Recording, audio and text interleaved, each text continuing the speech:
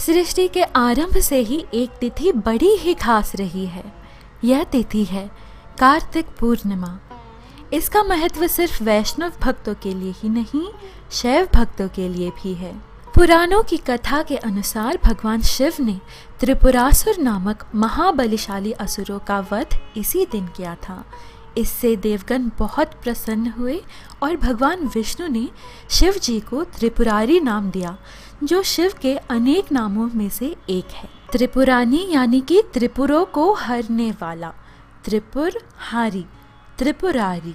विष्णु के भक्तों के लिए यह दिन इसीलिए खास है क्योंकि भगवान विष्णु का पहला अवतार मत्स्य इसी दिन हुआ था। उस कथा के वीडियो के लिंक के लिए डिस्क्रिप्शन बॉक्स चेक करें। तो आइए सुनते हैं कार्तिक मास का महत्व। महादेव की सबसे प्रिय कथा। सभी जयकारे लगाएं, हर हर महादेव।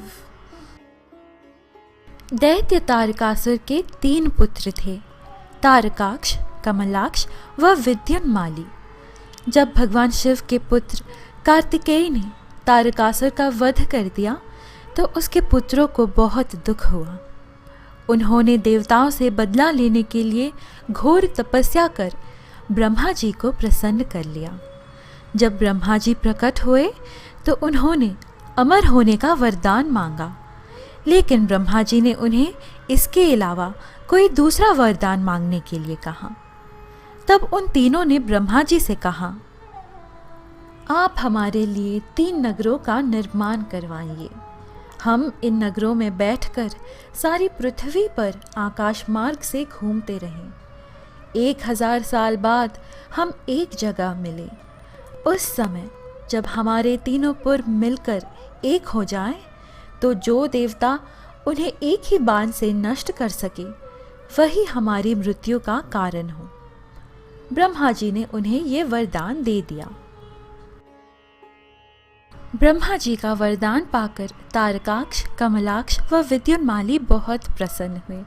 ब्रह्मा जी के कहने पर मय दानव ने उनके लिए 3 नगरों का निर्माण किया। उनमें से एक सोने का, एक चांदी का व एक लोहे का था। सोने का नगर तारकाक्ष का था, चांदी का कमलाक्ष का व लोहे का विद्युन्माली का। अपने पराक्रम से इन तीनों ने तीनों लोकों पर अधिकार कर लिया। इन दैत्यों से घबराकर इंद्र आदि सभी देवता भगवान शंकर की शरण में गए। देवताओं की बात सुनकर भगवान शिव त्रिपुरों का नाश करने के लिए तैयार हो गए।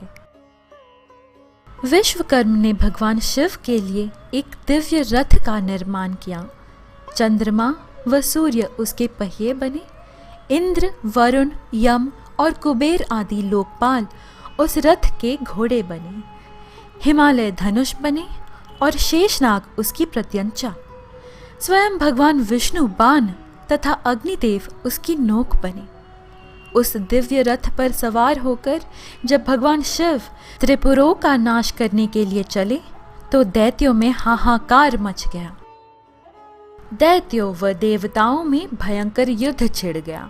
जैसे ही त्रिपुर एक सीध में आए, भगवान शिव ने दिव्य बाण चलाकर उनका नाश कर दिया।